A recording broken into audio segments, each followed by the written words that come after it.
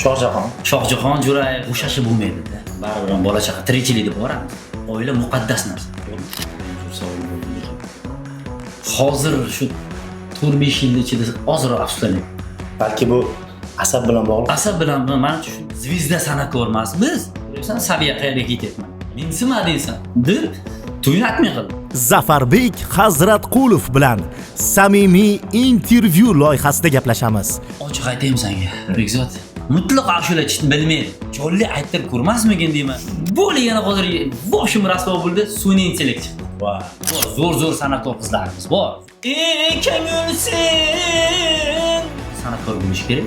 Seni eshitish kerak. Mana o'shada u juda ham noto'g'ri narsa. Albatta. Juda noto'g'ri narsa. Men shu narsaga juda qarshi. Iltimos, hurmatini joyiga qo'ying. Jizzax viloyatidan to'yni o'tkazish juda ham qiyin. To'yda deydi, faqat taqir-tuqir bo'ldi. Kallan ishlatish kerak. Faqat ana shu taraqadori doira bo'ldi. Aytsam, ko'p narsa ochilib ketadi-yu. Sozandalamga berib, men pul olmasdan ketgan. Hamma biladi. Nima qilamiz yashirib? Nimasini ko'tarasiz dedi.